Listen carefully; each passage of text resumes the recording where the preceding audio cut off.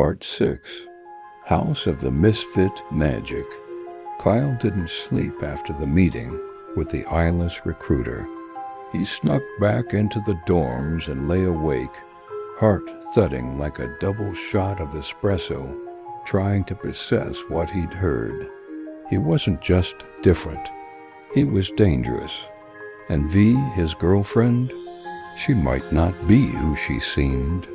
By morning, he had a headache, shaky hands, and only half a can of Venom Vibe left. The worst possible time for house sorting. Sledgecroft didn't sort students with a talking hat, a mystical ceremony, or even a test. They just dumped everyone in the fuming arena, where the floor constantly shifted and sneezed out clouds of illusion gas, and let the sentient stove decide. That's right, a 30-ton cast-iron kitchen stove, older than the school itself, belched colored fire and yelled your house assignment. Sometimes it sang, sometimes it cursed. One kid last year got turned into a baguette. As students stepped forward, the stove roared out house names.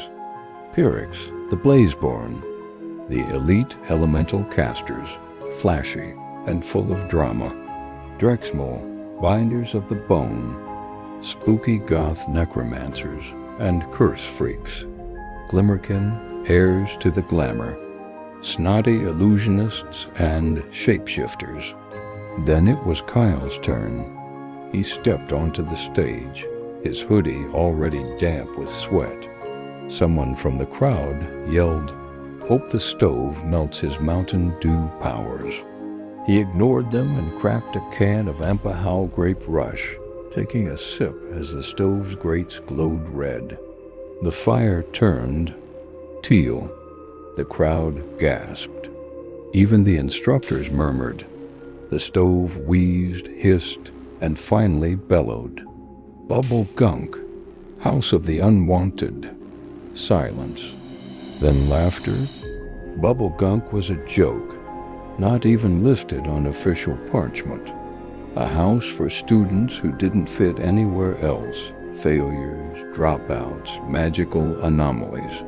They were based in a dorm behind the compost heap and held their meetings in a janitor's closet, converted into a study hall. Kyle blinked. Wait, that's real? A girl wearing a cloak made of mismatched fabric scraps and fuzzy slippers walked up and high-fived him.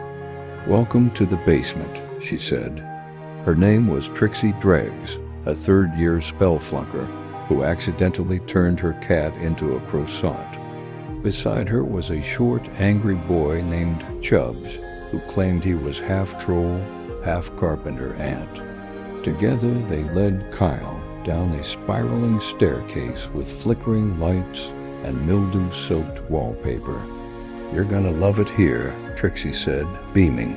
"No rules, no expectations, and best of all," Chubbs added, "no teachers ever come down here."